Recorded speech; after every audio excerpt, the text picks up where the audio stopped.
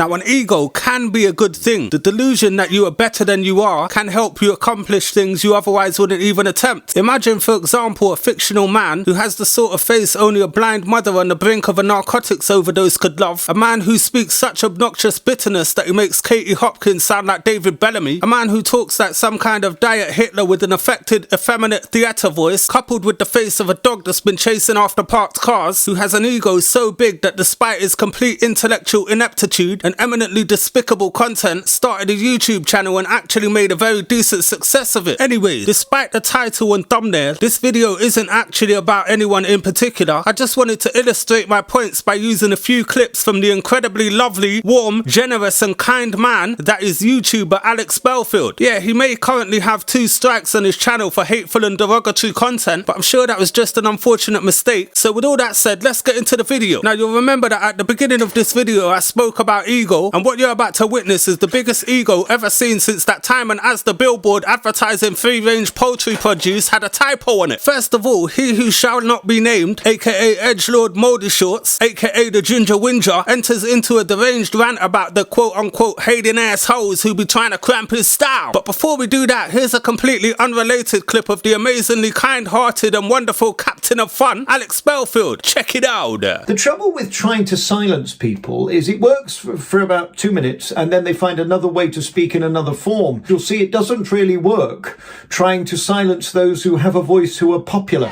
They love me. I mean, if we ignore that clip of the universally loved and adored quintessential showbiz superstar Alex Belfield for a second, saying you can't silence hateful spite merchants by deplatforming them is just so unbelievably incorrect. This man has clearly never heard of Katie Hopkins and Tommy Robinson, has he? Yeah, for sure they're still knocking around a bit, but on the extreme fringes of society. And their audiences, which once numbered in at least the hundreds of thousands, if not millions, has now dwindled to about the size of some ginger inbred guy's micro member, coupled with the fact that to most people they exist simply as a figure of ridicule and a reference point for jokes about bigots. Not really a status you'd want to be aiming for, is it really? These vultures sort of aim for the weakest and try and pick off the great. The thing is, you can't keep a good man down.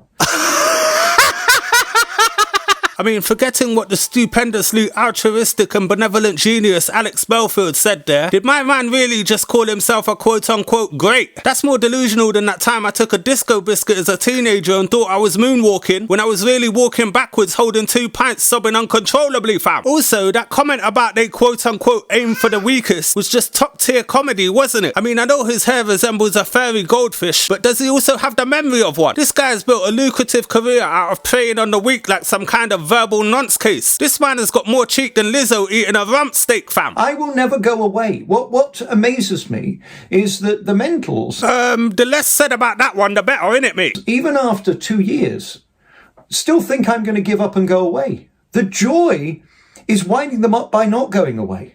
I'm only here not because I need to be, not because I want to be, simply out of pure defiance that I wouldn't let them win. Now let's put what the brilliant and tremendously talented showbiz maestro Alex Belfield says to one side for a minute. Did this man just say that he's only sticking around and continuing to spread hate and intolerance to his army of brainwashed illiterate cult members out of spite? He's risking his freedom and every penny he's e-begged just so he can spitefully wind people up with his horrific face. I'm sure it's got nothing to do with the hundreds of thousands of pounds he's taken out of YouTube and whatever money he's now earning from his premium subscription service, innit? But anyway, remember our theme of uncontrollable ego. Listen to this next bit where you might hear the most ludicrous thing someone has said since the last BBC News bulletin. And in completely unrelated news, here's another clip of the lovable chap with a heart of gold. Take it away, Alex. I mean, all they've really got left is to bump me off or something, but imagine the publicity, and I like publicity.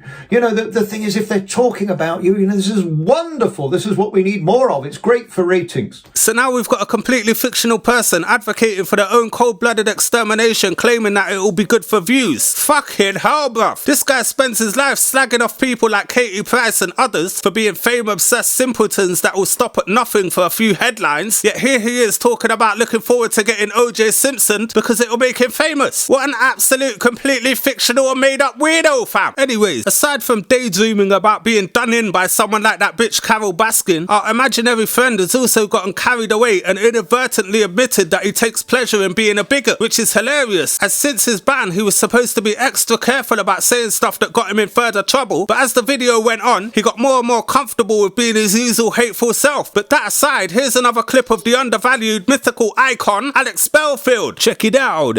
We know what these people are. Bonkers, cuckoo. Can't say that, mocking the afflicted.